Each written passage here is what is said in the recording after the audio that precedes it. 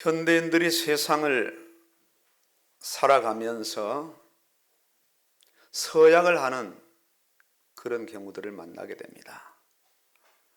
인생사 서약 중에 가장 성스러운 서약이 있다면 결혼 서약일 겁니다.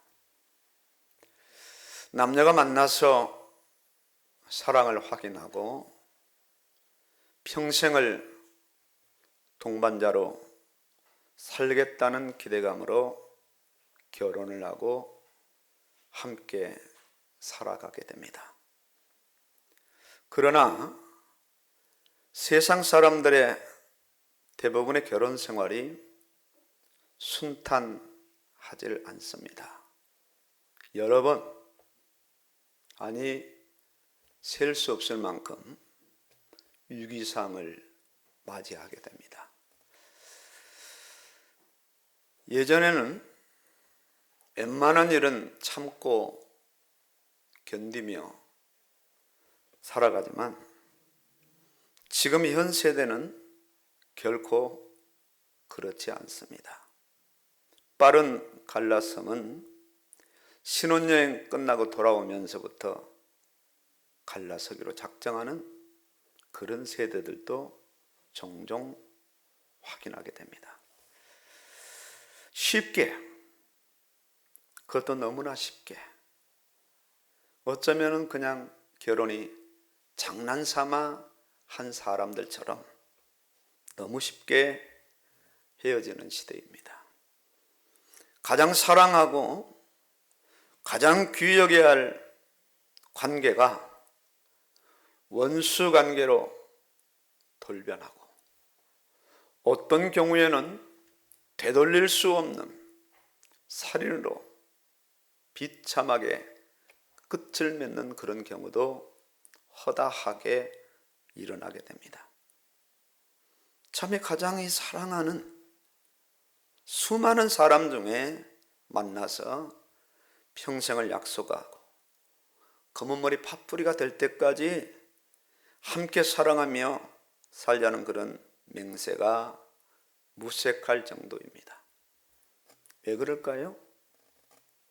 따지고 보면 전부 자기 중심으로 관계가 이루어지기 때문에 그렇습니다. 오늘 말씀의 배경인 이 데살로니가 교회는 바울의 2차 전도 여행 중 세워진 교회입니다. 당시 마게도냐의 수도이자 상업의 활발한 중심지인 데살로니가에 세워진 교회는 여러 이교도들의 문화에 노출이 되어 있었고 교회 안에서는 다툼과 분란의 위험에 빠져 있었기 때문에 그런 부분들을 경고를 하고 있습니다. 바울이 전한 재림의 교훈으로 한 부분의 성도들은 일도 하지 않고 재림의 때만 기다리는 무의도식의 그런 삶을 또한 경고를 하고 있습니다. 실제적인 권면으로는 부도덕함을 버리라, 서로 사랑하라, 자결에 힘쓰라, 재림의 소망을 가지고 서로 이로하라, 낮의 아들로 살며 악을 버리고 좋은 것을 붙잡아라. 일상 삶에서 반드시 필요한 여러 가지 신앙생활의 덕목을 말씀하고 있습니다. 그런 가운데 본문은 마지막 권면을 시작하는 첫 번째 말씀입니다. 너희 가운데 수고하고 주 안에서 다스리며 권하는 자들을 알아야 하며 그들의 역사로 말미암아 사랑 안에서 가장 귀히 여기며 너희끼리 화목하라, 그렇게 권면하고 있습니다. 이 말씀은 교회 안에 세워진 사역자들을 무시하지 말고 존중히 여기라는 말씀입니다. 어쩌면 지극히 당연한 말씀입니다. 100번, 1000번 듣고 또 듣고 강조해도 아주 중요한 말씀입니다. 그럼에도 가장 어려운 부분의 말씀이기도 합니다. 교회 공동체에서 가장 힘든 부분이 바로 이 부분입니다. 1년도 아니고 10년도 아니고 어쩌면 평생을 얼굴을 맞대고 한 교회 공동체 안에서 살아가야 될 주의 종들과 성도들의 관계가 참으로 대단히 어려운 관계입니다. 충분히 이해가 되고 공감되는 말씀이지만 이 말씀대로 실천하기는 대단히 어려운 말씀이 오늘 권면의 말씀인 본문 말씀입니다. 하나님은 첫사람 아담을 창조하십니다. 그 아담의 갈비뼈로 아내 하와를 창조하십니다. 첫 가정의 시작입니다. 첫 부부의 시작입니다. 서로 사랑하며 존중해 여기는 것은 가정 공동체의 가장 귀한 덕목입니다.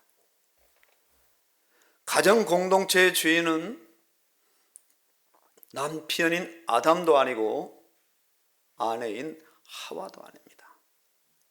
혹 아내가 남편보다 똑똑할 수 있습니다. 그래도 가정의 주인은 아내가 아닙니다. 혹 아내보다 남편이 훨씬 더 대단할 수 있습니다. 비교할 수 없을 만큼. 그럼에도 가정의 주인은 남편이 아닙니다. 가정의 주인은 가정을 창시하신, 가정의 두 부부를 창조하신 하나님께서 그 가정의 중심이시고 주인이 되십니다. 아담 마음대로 아담의 남성적인, 우리나라로 말하면 경상도 사나이처럼 말이야, 그렇게 가정을 욱박지르고 자기 마음대로 주도하는 그 현장이 가정이 아닙니다. 또한 하와의 여성적인 섬세한 성격으로 그렇게 가정을 꾸려가는 것 또한 가정의 일방적인 덕목이라고는 할 수 없습니다. 가정의 중심과 기준이 아담 하와가 아닌 하나님이 되시는데 최초 가정은 최초 교회입니다. 구약에 보면 가정교회가 많이 나오고 신약에 넘어와서도 여러 부분 가정교회를 말씀을 하고 있습니다. 사랑 안에서 가장 귀히 여기며 다스리며 권하는 관계 속에서 존중하게 되죠. 이런 가정, 이런 교회는 에덴 동산 같은 행복한 가정이요 행복한 교회가 됩니다. 그러나 첫사람 아담의 타락으로 가정 공동체는 심각한 균열 상태를 맞이하게 됩니다. 살 중에 살이요 뼈 중에 뼈라는 그런 고백에서 바로 타락하자 하나님이 주신 여자 그가 주어서 먹었다고 비겁하게 책임을 전가하는 그런 일이 아담 하와의 가정에서 일어납니다. 그 어느 가정도 온전한 가정이 없습니다. 그 어느 가정도 문제없는 가정이 없습니다. 인간의 타락은 가장 사랑해야 할 가정, 행복해야 할 가정, 이 가정들의 전부 제각기 주인이 여럿입니다. 서로가 주인하겠다고 경쟁합니다. 성격 차이는 당연한 것입니다. 남녀의 차이는 분명합니다. 근데 그 성격 차이를 극복하지 못해서, 그 당연한 성격 차이를 받아들이지 못해서 가정들이 끊임없이 다투고 갈라서죠. 자꾸면은 별거 조론, 이혼이 대세가 돼요. 공중파 방송에서도 자랑 삼아 1차 이혼, 2차 이혼, 3차 이혼, 4차 결혼을 꿈꾼다. 그렇게 유명 인사들은 아무렇지 않게 이야기하는 시대입니다. 이런 가정의 회복의 대안이 있을까요? 좀 더 참으면, 좀 더 인격을 연마하면 가정이 온전하게 이루어질까요? 정말 심소숙고하여 여러 번 선을 보고 그야말로 나의 취향에 맞는 그런 사람을, 딱 맞는 사람을 골라내면 가정이 온전하게 될까요? 답은 될 수 없다. 그 밥에 그 나물이다. 정도의 차이만 있을 뿐 전부 진노의 자녀들이요 회복 불능의 사람들입니다. 불량품이라는 거죠. 불량품 남자와 불량품 여자가 만나서 자기보다 더 망가진 불량품을 또 생산해냅니다. 거기다가 자기들의 욕망을 또 실어주죠.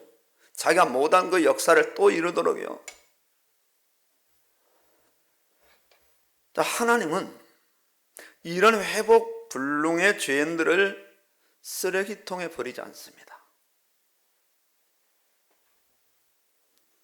이런 죄인들을 쓰레기통인 세상까지 직접 하나님은 찾아오셔서 인격적으로 한 사람 한 사람 만나주셔요.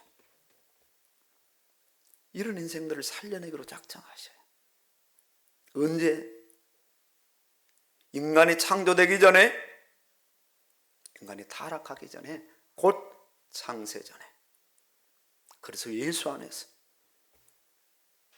타락한 인생들의 집단인 지구촌에 찾아오셨고, 한 사람 한 사람 만나셔서 한 가정 한 가정들을 구원받는 사람, 구원받은 가정으로 세우셔요. 주 예수를 믿으라. 그리하면 너와 내 집이 구원을 받으리라. 찾아오셔서 살려내시고 고쳐내셔요. 그분이 바로 우리가 믿는 예수님이십니다. 예수님은 이 땅에 오셔서 교회를 세우신 거예요. 가정교회를 세우시고 가정들이 모여서 공동체 교회를 세우셔요. 예수님께서 가정의 창시자요, 교회의 창시자입니다. 얼마나 죄인을 사랑하셨는가? 하나님이 사람 되오실 만큼 사랑하셨고요. 죄인을 죄인으로만 규정하지 아니하시고 죄인을 단 한 번도 무시하거나 멸시하거나 그렇게 하지 아니하시고 그 죄인들을 존중히 여겨주셨어요. 삭개오는 유대 전체가 혐오하는 혐오적인 존재입니다. 인간 대접, 인간 취급을 하지 않아요. 그런 삭개오의 집에 예수님은 찾아가셔서 내가 오늘 밤 네 집에 유하여야 하겠다. 너도 아브라함의 자손이다. 존중히 여기셨어요. 하나님이 하실 수 있는 모든 것을 다 동원하여 불법이 아닌 이상, 죄가 아닌 이상 모든 하나님의 역사를 다 동원하여 죄인들을 살려내십니다. 아버지의 마음이란 말이에요. 자식이 죽어갈 때 병원을 향해서, 전문 의사를 향해서 할 수 있는 모든 방법을 다 동원해서 내 자식을 좀 살려주십시오. 살려주십시오. 그렇게 애원하듯 하나님은 하나님의 모든 방법을 총동원하여 죽은 죄인들을 살려내시고 살려낸 죄인들을 아름답고 존귀하고 거룩한 자로 세워나가시는, 아예 독생자를 벌거벗겨 내치시면서 죄인들에게 다 맡기셔서 재판하게 하시고 실형하게 하시고 저주하게 하시고 욕하게 하시고 때리게 하시고 십자가에 못 박게 하신 모든 것들을 다 허용하신 분이 누군가? 아버지 하나님이십니다. 왜요? 교회를 세우시기 위해서. 가정교회를 세우시고 공동체 교회를 세우시기 위해서. 아버지 하나님의 마음은 변하지 않습니다. 끝까지 죄인들을 사랑하시고 존중히 여기셨어요. 존중히 여기셨어요. 예수님께서 말씀하시잖아요.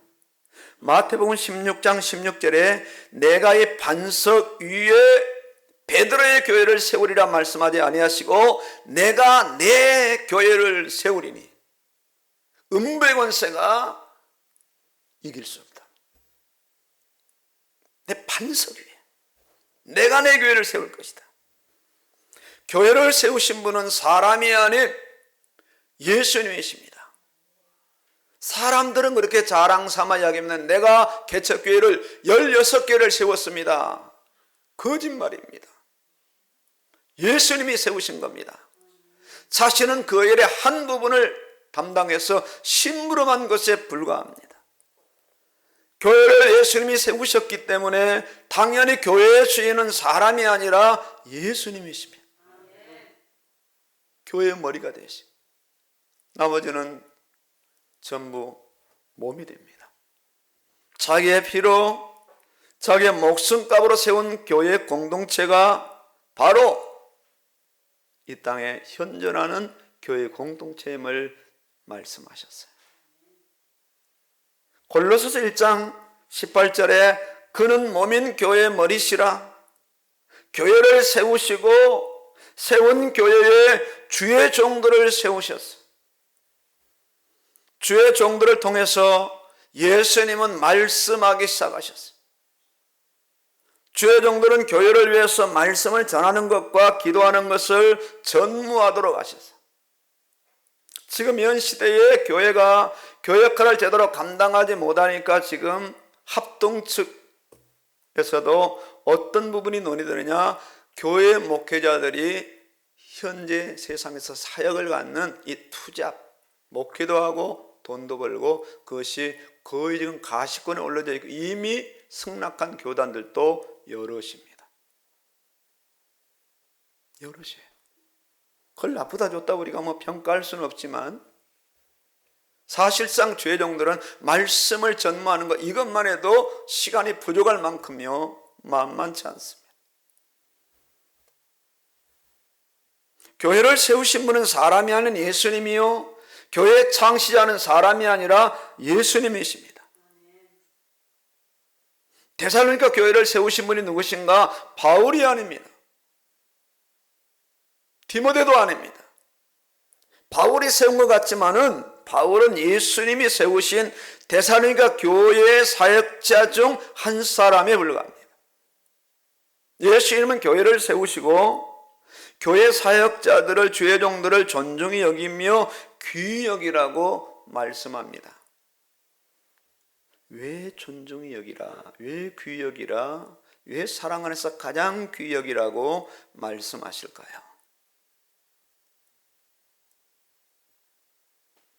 존중히 여길 때, 귀히 여길 때 주의 종이 전하는 메시지가 전달될 수 있습니다. 존중히 여기지 않냐고 무시하고 존중히 여기지 않고 비난하고 주의 종과의 관계가 화목되지 못할 때 여기에서 오는 피해가 어떤 피해인가? 가장 중요한 예수님이 전달하는 은혜, 그 중에서도 이 말씀의 메시지가 대부분 차단됩니다. 이 영적인 피해는 어마어마하거든요. 엄청난 겁니다. 이 피해 손실을 세상에서 계산할 수 있는 계산기가 없습니다. 막대한 영적인 피해가 일어나게 되는 거예요. 마태복음 10장 40절 41절에서 너희를 영접하는 자는 나를 영접하는 것이요 나를 영접하는 자는 나를 보내신 이를 영접하는 것이니라. 선지자의 이름으로 선지자를 영접하는 자는 선지자의 상을 받을 것이요 의인의 이름으로 의인을 영접하는 자에는 의인의 상을 받을 것이라.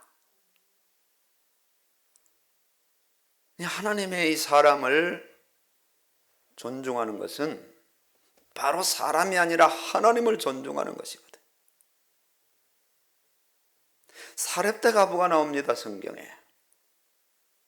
마지막 가루 한 움큼과 기름 몇 방울로 그 흉년에 나뭇가지를 주어서 독자 아들과 먹고 이제 인생을 끝내려고 나뭇가지를 줍는 그 과부에게 엘리야가 찾아가서 그걸 먼저 만들어서 나를 공개하라고 합니다. 과부는 아무 말 없이 공개합니다.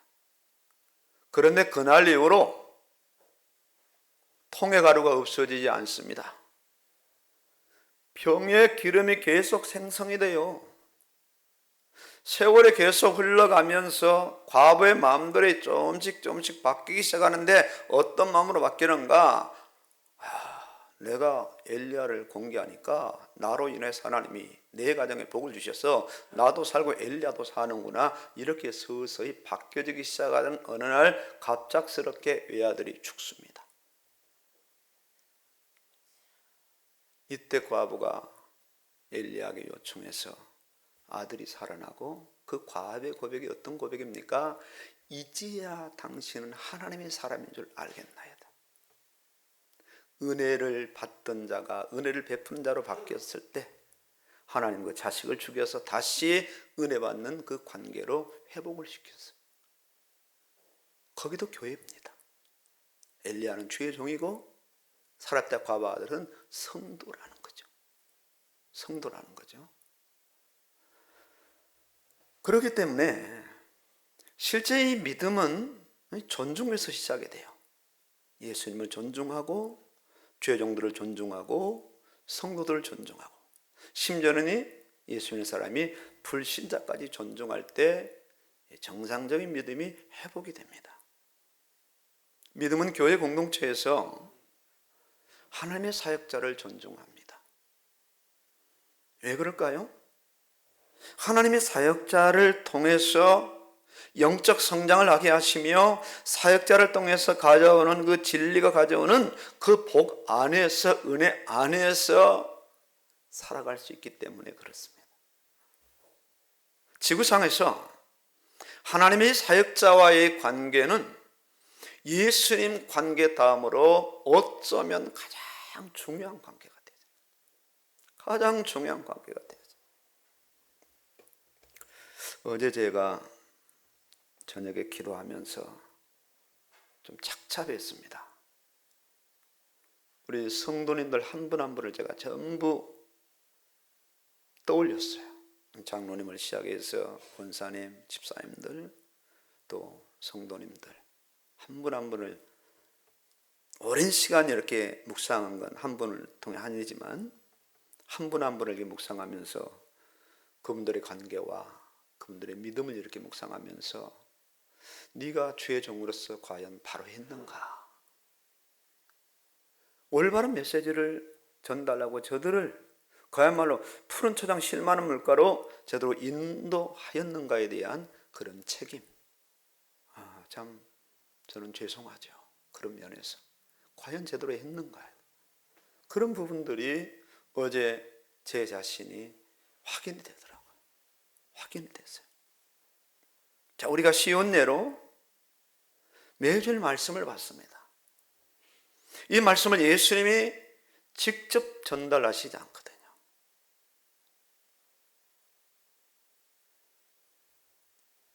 예수님께서 누구를 통해서 전달하시는가? 바로 예수님이 세우신 사역자들, 주의 종들을 통해서 이 말씀을 전달하셔요.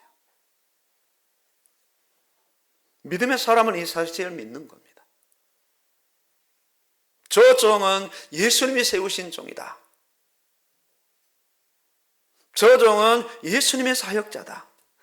이 사실에 대해서 거부하지 않고 받아들입니다. 거부하지 않고. 때로는 죄종이 부족해도 연약해도 심지어 자신의 어떤 지성에 맞지 않아도 자신의 인성에 맞지 않아도 자신의 성향에 맞지 않아도 하나님이 세우신 예수님이 세우신 사역자로서의 존중하는 그런 마음이 그 성도의 실질적인 믿음의 현주소가 되어지는 거예요. 현주소가.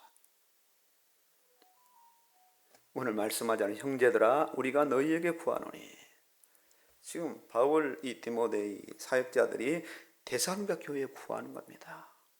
구하노니 너희 가운데서 수고하고 권하는 자들을 너희가 알고 어떤 경우냐 바울이 직접 그 데살로니가 교회에 가서 사역을 할 때도 있었지만 바울이 디모데를 지금 교회에 파송한 거예요. 디모데가 연소합니다. 그게 이제 무시할 수 있단 말이에요. 아이고, 주여종이 뭐 저런가? 아직은 멀었네. 아직 아니야. 얼마든지 무시할 수 있는 분위기가 팽배할 수 있거든. 이 사실을 누구보다도 예수님이 잘 아시고 바울 또한 잘 알고 있는 거예요. 너희 가운데서 수고하고 권하는 자들을 너희가 알고 먼저 알아야 된다는 거죠. 무엇을 알아야 될까요? 아무리 연소해도 연약해도 부족해도 예수님께서 주님께서 세우신 주의 종들이고 주의 종들을 통해서 그 성도가 주님이 주시는 은혜를 받아야 함을 알아야 된다는 거예요. 알아야 된다는 거예요. 이 자리에 어떤 사람이 왔었어도 그 자리에 선 사람의 그 말에 순종하는 것이 지극히 성경적이고 복음적입니다. 우리 다 일어나서 찬양합시다. 다 일어나야 되는 겁니다. 내 교회 질서거든요. 교회 질서. 내가 누군데? 아닙니다. 아닙니다. 뭐 주기철 목사님하고 조만식 장로님의 그 일화가 유명하잖아요. 예배 시간에 좀 늦은 겁니다. 장로님 서 계세요. 아무 말씀하지 않고 서 계신 거예요. 그러면서 그 다음 시간에 울면서 회개한 겁니다. 이 종이 예배 시간에 늦었습니다. 주의 종의 마음을 아프게 했습니다. 교회 분위기를 흐렸다는 거예요. 통에 잡아간 거예요. 정말 그 종의 그 장로님이죠. 그 장로님이죠. 이 관계의 중요성의 실제를 알았다면 그 다음 역사는 그들의 역사로 말미암아 사랑 안에서 가장 귀히 여기며 너희끼리 화목하라. 너희끼리 화목하라. 야, 주의 종이니까 존중히 여겨. 주의 종이니까 순종해야지. 이러는 게 아니라 먼저 알라는 거예요. 예수님이 세우신 주의 종들이고 그의 종들을 통하여 그의 종들을 통로로 삼아서 은혜를 공급하는 이 중요한 영역을 알았다면 가장 사랑 안에서 귀히 여기고 존중하라는 거예요. 존중하라는 거예요. 존중의 이 진정한 의미는 뭘까요? 하나님이 세우신 종임을 인정하고 주의 종들을 통해서 말씀을 받는 것, 그렇기 때문에 주의 종들을 무시하거나 비난하지 않고 존중 여길 때에 더 큰 은혜를 받을 수 있는 거예요. 더 큰 은혜를. 이런 구조로 되어지지 아니하면 이때 오는 영적인 피해, 신앙생활의 피해는 어디에 가서도 보상받을 수 없어요. 어디에 가서도. 주로 이제 어떤 면에서 이런 일들이 많이 일어납니다. 한국교회. 이 교회에서 주의 종이 탐탁지 않고 마음에 들지 않고 맞지 않아. 내 성향에 맞지 않아서 이제 A 교회에서 B 교회로 옮길 수 있어요. B 교회 가면 처음에는 은혜를 받죠. 그 교회도 또 단점이나 또 부족한 점이 또 받고. 그러니까 평생을 이사집센터 쌓아서 교회를 이전하다가 세상 끝나는 그런 사람들이 한국교회 한둘이 아닙니다. 한둘이 아닙니다. 어느 날 어떤 이 지역의 목사님이 단번에 교회가 한 200명가량 왔다고. 그 작은 개척교회가. 뭘 보고 왔느냐 하면 그분의 어떤 그 서울대학 졸업장을 보고 그 교회 목사가 서울대 출신이라고 이 여러 교회에서 떠돌던 사람들이 200명 가까이 교회에 확 차. 찾아온 겁니다. 갑자기 교회가 부흥된 겁니다. 그러냐 한 달, 두 달 이렇게 지나가면서 서서히 그분들이 나서 목사님 재정은 이렇게 하는 게 아닙니다. 설교는 그렇게 하는 게 아닙니다. 각양 교회 모든 제도를 끼어들기 시작하고 훈수하기 시작하고 이 목사님이 이제 우울증이 걸릴 만큼이요. 교회가 산으로 갔다 강으로 갔다 바다로 갔다 어떻게 할 수가 없는 거예요. 결국 그 사람들이 다 나가고 원래 교회는 30명만 남으니까 평안해지더라는 거예요. 이런 측면들이거든요. 이런 측면들. 하나님이 세우신 직분과 주신 권위를 인정하고 존중할 때에 그로 인하여서 오는 은혜와 복은 그야말로 말로 다 할 수 없을 만큼 어마어마한 겁니다. 이 사단이 하는 이 계획에는 관계 파괴예요. 관계 파괴. 주의종과 성도들이 서로 불화하게 해서 주님이 주신 은혜를 차단하는 것이 사단이 하는 사역의 목적입니다. 사역의 목적. 만나서 밥 잘 먹고 등산 다니고 그저 서로 그냥 좋아하고 이런 관계를 유지하는 것이 아니라 정말 예수님이 세우신 관계 속에서 어떻게 하든 신실하게 정직하게 최선을 다해서 예수님을 전달하는 그런 관계를 인정하고 그 관계에서 은혜를 받는 것을 예수님은 가장 좋아하시는 거예요. 가장 좋아하시는 거예요. 말씀을 받지 못하게 하고 귀한 복의 통로를 차단해버립니다. 물론 주의종의 입장에서는 성도들을 정말로 사랑하며 귀히 여기며 저들의 영혼과 저들의 내세를 위해서 혼신의 힘을 다해서 말씀을 준비하고 말씀을 전해야 하며 저들을 위해서 끊임없이 저들의 반응과 상관없이 기도해야 되는 사람들이 바로 주의종들입니다. 주의종들입니다. 이런 존중의 관계가 교회를 복되게 하며 이런 존중의 관계가 신앙생활에 꽃이 피고 열매를 맺게 합니다. 가장 아름답고 존귀한 덕목이 되죠. 이 바울이 고린도에 거주하면서 데살로니가 교회가 직면한 문제로 동역자 디모데를 데살로니가 교회에 급파합니다. 가봐라. 교회가 지금 문제가 많다네.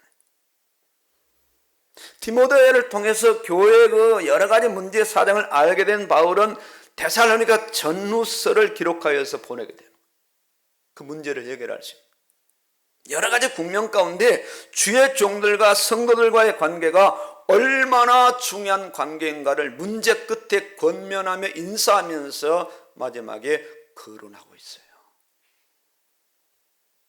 주의 종은 예수님이 세우신 예수님의 대리인이요, 주의 종은 성도들에게 생명의 기관이요, 생명의 나인이요, 말씀을 전달하는 기관임을 강조합니다. 혈연 때문에, 지연 때문에, 학연 때문에 그렇게 만난 관계가 주의 종과 성도들과의 관계가 아닌 겁니다. 예수님 때문에 만난 거예요. 예수님 때문에. 예수님이 주시는 구원과 믿음 때문에 함께하게 된 이 만남이에요.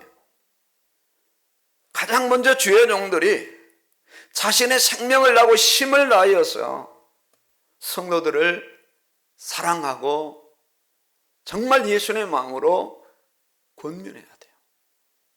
자기 기득권을 주장하고 다른 복음을 전해서 성도들의 기복과 종교를 전락해서는 안 됩니다. 정말 예수님이 피로 값주고 산 성도들을 기복의 성도로 만들고 종교의 성도로 만들고 사회주의 성도로 만들고 금욕주의 성도로 만들고 불건전한 신비주의 성도를 만든다면 그 받을 심판, 그 받을 책임이 어마어마한 겁니다. 어마어마한 겁니다. 제가 그제 신문을 보니까 우리나라의 지성의 거성이라는 그분이 부활을 못 믿겠다고 이야기하더라고요. 겉으로 볼 때 화려하잖아요. 지성에서 영성으로 어마어마한 베스트셀러의 책이 나오고 하는데 정작 본인은 나는 예수 그리스도의 복음을 안 믿는다. 깜짝 놀랐어요. 깜짝 놀랐어요. 일본의 그 대형 집회에서 무릎을 꿇고 세례받았던 그런 모습들, 수많은 간증과 책을 통해서 한국교회에 이렇게 미친 영향이 대단할 텐데 핵심, 부활이 없다면, 부활을 못 믿는다면 뭐냐 이거죠. 와, 이게 실상이라면 너무나 안타깝구나. 오늘 여기 계신 우리 성도님들이 목사님 저는 부활이 안 믿어져요, 부활을 안 믿어요 그런다면 도대체 이것이 어떤 관계로 유지되느냐. 끔찍하잖아요. 끔찍하잖아요. 그건 예수님을 안 믿는 건데, 구속의 이 도리를 안 믿는 건데, 구원의 역사가 부활을 안 믿으면 안 일어나는데, 그러면 신사적으로 지성적으로 그냥 말하는 것에 불과하지 않겠습니까? 이런 관계가 아닙니다. 이런 관계입니다. 어떤 면에서 좀 무식하다 할지라도 예수님 복음을 무식하게라도 증거해서 성도들이 예수님을 알고 부활의 그 어마어마한 권능과 영광에 합류할 수 있는 그런 성도가 되어져야 돼요. 테살로니가 교회 지금 그런 부분들을 지금 권면하는 거예요. 오직 예수님과 예수님의 말씀만 전해야 돼요. 또한 성도들이 주의 종들의 영적 권위를 인정하고 잘 받아들이고 말씀을 순종할 때에 교회는 살아나고 교회는 회복이 되어지고 교회는 성장하여 영광스러운 영화의 복을 받게 됩니다. 지금 예수를 모르는 세상 사람들의 이 가정 공동체는 구원과 전혀 상관이 없습니다. 예수님의 부활과 전혀 상관이 없습니다. 영원한 나라 천국과 전혀 상관이 없습니다. 그저 남녀가 만나서 한 가정을 이루어서 그냥 이 세상을 이혼 안 하고 살아가면 다행입니다. 이들이 예수님을 만날 때, 이들이 예수님을 믿을 때 가정교회가 되고 이들이 교회 공동체의 일원이 됩니다. 교회 공동체가 이들에게 미쳐야 될 영향력과 파장은 대단히 중대한 영향력이요, 대단히 큰 영적 파장입니다. 먼저 성도들이 교회 공동체의 영적 질서를 인정하고 주의 종들을 통해서 다스림과 권면을 받고 사랑 안에서 가장 귀히 여길 때에 복음의 전달력은 배가 되는 거예요. 배가 되는 거예요. 가장 먼저 자신들의 가정에 생명력이 넘치게 되는 거예요. 믿지 않은 지인들이나 가정들에 선한 영향력을 끼칠 수밖에 없는 거예요. 이제 뭐 가을이니까 이제 결혼식이 이제 뭐 위드 코로나로 서서히 일어나기 시작하는데, 여기에 대두되는 게 주일날 결혼입니다. 뭐 믿음대로 하시겠지만 주일날 결혼식에 가는 결코 성경적이지 않습니다. 안 가시는 게 당연합니다. 저는 그렇게 생각합니다. 발걸음조차도 안 하셔야 돼요. 왜 그런가? 결코 성경적이지 않기 때문에. 저는 그렇게 말할 수 있는 그런 입장입니다. 말할 수 있는.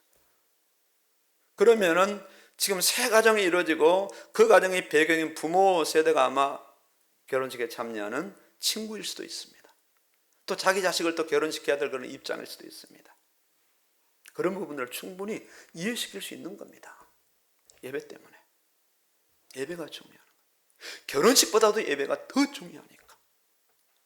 저는 집사로서 예배드리기 위해서 자네 아들 결혼식에 참여하지 못했다, 용서해달란 말 할 필요 없습니다. 이해하면 됩니다. 대신에 다른 부분은 깍듯하게 예의를 갖추는 거죠. 축의금을 먼저 보내고 결혼식 이후에라도 얼마든지 찾아볼 수 있는 거예요. 이 기독교 과정에서 해야 될 일들입니다. 기독교 과정에서.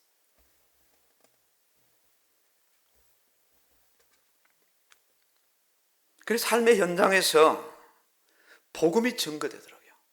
가정이 교회니까. 교회로서의 역할이에요. 오늘 먼저 주의 종으로서 정말 내가 어떤 사람인가, 천하보다 더 귀한 한 영혼 한 영혼들을 얼마나 존중 여기고 섬기며 저들에게 생명의 영향력을 공급하도록 그런 부름받은 사람인 것을 자각하는가. 먼저 주의 종들이 이 부분을 붙잡아야 돼.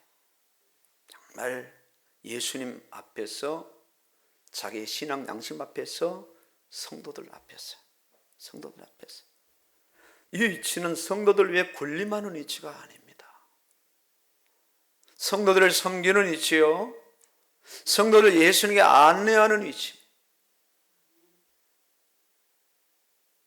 주의 종으로 부름받은 이 은혜에 감사하며 맡겨주신 양모를 위해서 죽도록 충성하는 자리가 바로 주의 종들이 서야 될 그 자리인 거예요.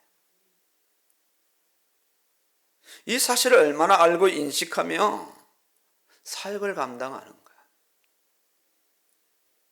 세상의 직분처럼 어떻게 인정받고 대우받고 높임받는 자리가 아니라 주 안에서 수고하며 주 안에서 권면하며 주 안에서 다스리는 그런 직분자들이 바로 주의 종들입니다. 예수님의 사랑으로 성도들을 가장 귀히 여기며 성도들을 어찌하든지 예수님께로 인도하고 안내하는 그런 직분이에요. 돈 때문에 하는 사역이 아닙니다. 돈 벌려면 세상으로 나가야 돼요. 어쩔 수 없어서 하는 사역도 아님을 아는 사람이 바로 주의 종들이에요. 사람의 눈치를 보고 사람의 비위를 맞추고 사람을 기쁘게 하는 그런 자가 아님을 주의 종들이 가장 먼저 명심해야 되는 거예요. 누가복음 17장 10절에 이와 같이 너희도 명령을 받은 것을 다 행한 후에 이르기를 우리는 무익한 종이라 우리가 하여야 할 것을 한 것뿐이라. 한 것뿐이라. 그렇다면 이제 우리 성도들은 하나님이 세운 죄종들을 존중할 줄 아는 사람들.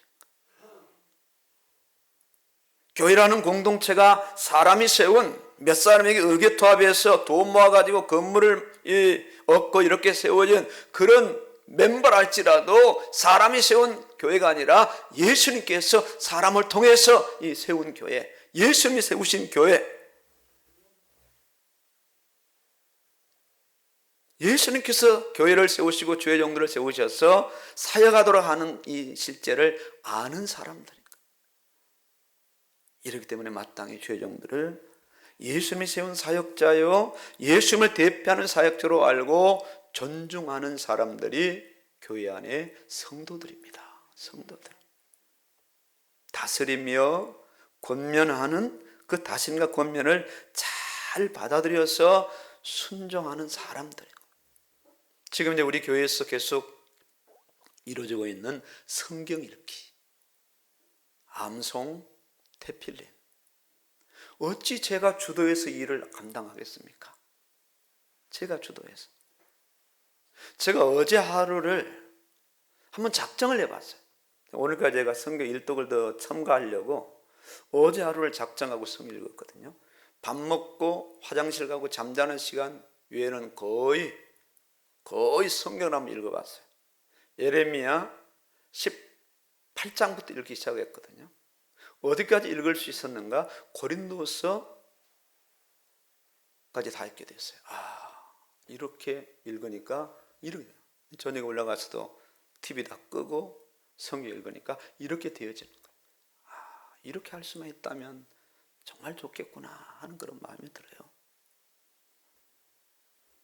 정말 예수님께서 이 시대에 성경 지식의 빈약함을 아시고 이 말씀의 중요성을 아시고 집중적으로 2년 넘도록 이렇게 역사하시는 거라를 실제로 인식하셔야 되는 거예요. 또 성경 읽기야, 또 암송이야, 또 태필을 선포야. 알 뿐만 아니라 믿고 따르는 이 사람들이 데살로니가 교회예요. 우리 교회.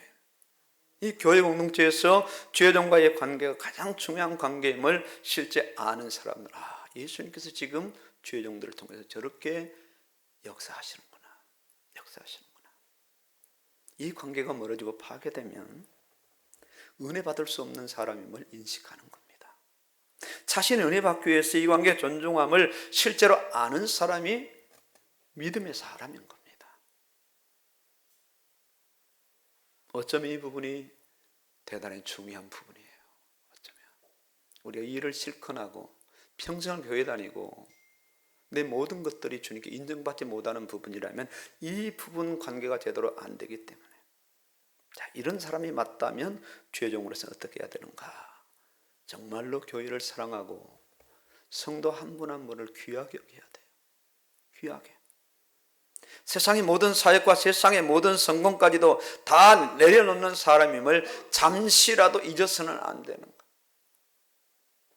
예수님이 교회를 사랑하셨듯이 자신 또한 교회를 사랑해야 하는 사람이고 자기를 부인하고 자기 십자가를 지고 가야 되는 그런 사람들이 바로 주의 종들입니다. 예수님이 한 영혼을 위해서 자기 생명을 버리셨듯이 주의 종들도 성도들의 그 생명을 위해서 자기 목숨을 과감하게 내어 던질 수 있는 그런 사람들이 바로 주의 종들인 거예요. 주의 종들. 그러니 늘 주 안에서 수고하고 주 안에서 성도들을 다스리며 주 안에서 성도들을 권면해야 되는 그런 사람이 바로 주의 종들입니다. 늘 광고 시간에 권면을 드리는 거죠. 우리 정말 성경을 읽읍시다, 암송합시다, 대편을 선포합시다. 낮은 자세로, 섬기는 자세로, 의식주를 위해서 자기 안일과 자리를 위해서 사역하는 자가 결코 아닙니다. 이제 성도들은 주의 종들에 대해서 어떻게 해야 될까요? 정말로 하나님이 세우신 사역자들로 인정하고 받으셔야 된다. 부족해도 연약해도 모자라도 마음에 들지 않아도, 그리고 주의 종들을 위해서 끊임없이 기도해 주셔야 된다. 기도의 가장 1순위가 자녀 기도가 아니라 주의 종과의 그런 관계 속에서 이루어지는 기도가 되셔야 돼요. 아마 하나님은 아실 겁니다. 어떤 부분이 중요한가를요, 어떤 부분이 덜 중요한가를요, 하나님은 아십니다.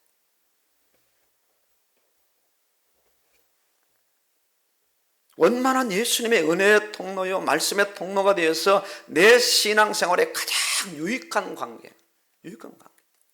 오늘 21절의 말씀처럼 너희 가운데 수고하고 주 안에서 다스림이 권하는 자들을 알고 그들의 역사로 말미암아 사랑 안에서 가장 귀여기고 존중히 여기라. 예수님의 대리자의 생명적인 관계이기 때문에 그렇습니다. 자, 이런 주의 종과의 관계라면, 자, 서로 사랑하고 존중하고 화목하기 위해서 어떻게 해야 될까요? 어떻게? 전통적인 한국 교회의 어떤 사고방식에서 벗어나야 돼요. 저는 그런 소리 많이 들었어요. 주의 종을 잘 섬겨야 복 받는다. 아마 여러분들도 많이 들으셨을 겁니다. 뭐가 팩트가 되죠? 복 받는 겁니다. 주의 종을 잘 섬겨야 복 받으니까 주의 종을 잘 섬기는 거예요. 이게 맞는 말 같은데 틀릴 수도 있어요. 물론 그럴 수 있죠. 잘 섬겨야 복 받는다, 그럴 수 있겠지만, 또 성경도 그런 부분은 또 여러 부분 나타나 있지만은 이건 아니라고 생각합니다. 어떤 경우에도 예수 믿는 사람이 전통에 머물러서는 안 됩니다. 어떤 사상에 머물러서는 안 되고 유행에 머물러서는 안 돼요. 언제든지 어디로 돌아가야 되느냐? 말씀으로, 성경으로 돌아가야 돼요. 거기에 답이 있어요. 거기에 정답이 있어요. 거기에 해답이 있어요. 오직 성경, 오직 말씀으로 돌아가야 돼. 말씀하신 대로 존중하고, 말씀하신 대로 사랑하고, 말씀하신 대로 귀히 여겨야 돼. 말씀을 벗어난 관계, 말씀 벗어난 늘 밥만 먹는 관계, 그 사람이 어떤 육신의 요구를 채워주는 관계, 그저 마음을 그냥 기쁘게 하는 그런 사사로운 관계, 그런 관계에서 벗어나야 돼요.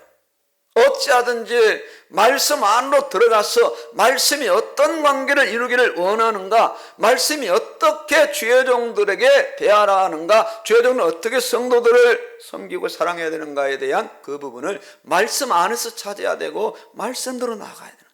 그러니까 말씀을 벗어나니 귀중 여김을 예수님이 원하시지 않아요. 이를 위해서 말씀을 알아야 되고, 이래서 말씀을 실행하고 순종해야 되는 거예요. 정말 이 말씀이 생명의 말씀이요, 우리의 인생에 그야말로 인생 교과서요, 인생의 정관이요, 매뉴얼이고 메시지가 되어진다면 어찌 우리가 이 말씀을 안 읽을 수 있겠어요? 읽을 수밖에 없는 겁니다. 읽을 수밖에.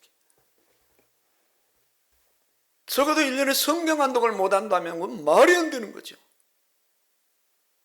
약관을 잘 봐야 됩니다. 가는 길에 넘어지지 아니하고 정상적으로 이 좁은 길을 가시려면은 어떻게 가야 할 바를 기록해 놓은 말씀을 잘 알아야 됩니다. 말씀대로 존중하고 말씀대로 교육이며 말씀대로 다스림과 권면을 따를 때 말씀의 저자이신 성령께서 함께 하셔서 가는 길에 복을 주시고 하는 일에 복을 주시고 모든 만사가 형통하도록 역사하실 수밖에 없는 거예요. 모든 성도들이 이렇게만 나아간다면 복의 복을 받을 수 있는 놀라운 역사가 일어나는 거예요. 아브라함처럼요. 하나님이 찾아오시니까 당장 송아지를 막 잡고 난리가 나죠. 롯을 찾아가니까 대우가 달라져요. 말라빠져 무교병을 내놓고. 이런 차이입니다. 존중이 여기는 거 무시하는 거 이런 차이입니다. 결국 롯에 가서는 심판만 저지하고 간신히 그냥 살아남는 그런 역사만 일어나지만 아브라함은 전 세계를 장악하는 놀라운 역사가 일어나는 거예요. 이 차이란 말이에요. 이 차이. 존중이 여기는 것과 무시하는 차이. 이렇게 나갈 때 그 사람을 누가 존중히 여기시는가? 주님이 존중히 여기시죠. 하나님께서. 그리고 하늘나라에서 영광스럽고 존귀한 자로 세워질 수 있어요.